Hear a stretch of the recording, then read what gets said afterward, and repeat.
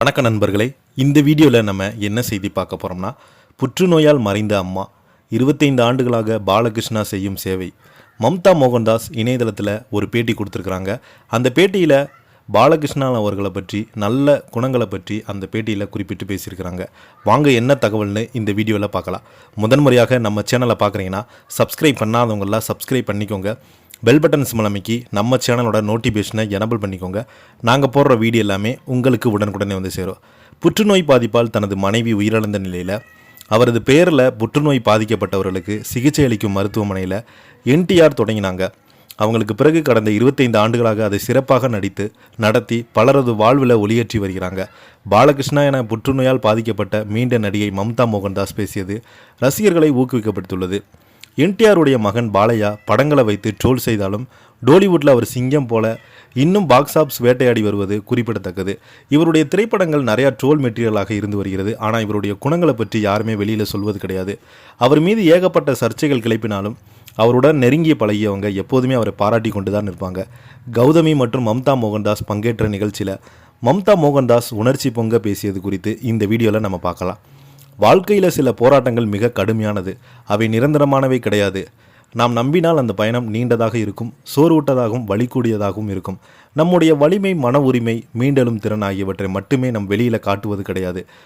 பலர் நம்மோடு பயணிக்க தொடங்கிறாங்க. ஆனால் ஆதரவும் புரிதலும் தேவைப்படுவது, புறக்கணிப்பது இரக்கமுள்ள இதயங்களை சாத்தியமற்றதாக இருந்து வருகிறது. ஏனென்றால் புற்றுநோயோடு போராடுவர்களை நேரிட கூட மிக மோசமான விஷயம் என்னவென்றால், அவங்கள சுற்றி பலர் இருந்தாலும் அவர்களுடைய வலியை புரிந்து கொள்ள ஒருவருமே இல்லாமல் இருப்பதுதான் மிகப்பெரிய ஒரு வழி. அதே போன்றதொரு சூழ்நிலை கடந்து வந்தவங்க தான் அதன் உண்மையான வழியை முழுமையாக புரிந்து கொள்வது மிக கடினம் என்று மம்தா தாஸ் அந்த பேட்டியில் குறிப்பிட்டிருக்கிறாங்க. இத்தகைய இக்கட்டான சூழ்நிலையில் வறுமையில் வாடும் எளிய மக்களுக்கு எளிதில் கிடக்கக்கூடிய வகையில் புற்றுநோய் சிகிச்சையை வழங்குவது நோக்கமாக கொண்டு இந்தியா அமெரிக்கா புற்றுநோய் மருத்துவமனை மற்றும் ஆராய்ச்சி நிறுவனம் செயல்பட்டு வருகிறது. மறைந்த புகழ்பெற்ற நடிகர், அரசியல் தலைவரான என்.டி. ராமராவ் புற்றுநோயால் காலமானது தனது அன்பு மனைவியின் நினைவாக இந்த நிறுவனத்தை தொடங்கியிருக்கிறாங்க. தனது தந்தையின் லட்சியத்தை அவரது மகன் நந்தமுரி பாலகிருஷ்ணா கடந்த 25 ஆண்டுகளுக்கு மேலாக தொடர்ந்து முன்னெடுத்து வராங்க. ஒரு தனிப்பட்ட இழப்பின் வழியை அதே திசையில் பயணிக்கும் பிறருக்கு உதவு சேவையை மாற்றியிருப்பது மிக போற்றத்தக்கது. அந்த குணங்களை நோக்கி புற்றுநோய்க்கு எதிரான இந்த கடினமான போராட்டத்தில் தங்களை தனித்துவப்பட்டவங்க உணர்வுமா அனைவருக்கும் நந்தமுரி குடும்பத்தின் இந்த உன்னத பணி தொடங்கும் என நம்பிக்கை பக்கபலத்தை அளிக்க வேண்டும் என்று அவங்க பேசியிருக்கிறாங்க. இது கதையை பகிர்ந்து கொள்ள மேடை அமைத்து கொடுத்த பாலகிருஷ்ணா அவங்களுக்கு எனது மனமார்ந்த நன்றிகள்.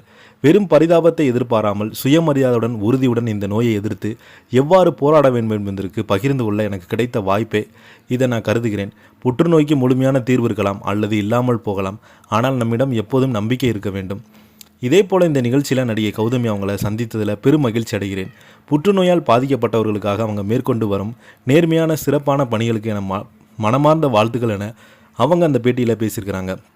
இந்த செய்தியை பற்றி நீங்கள் என்ன கீழே உள்ள கமெண்ட் பாக்ஸில் மறக்காமல் பதிவிடுங்க. இந்த வீடியோ பிடிச்சிருந்தால் லைக் பண்ணுங்கள், ஷேர் பண்ணுங்கள். நன்றி.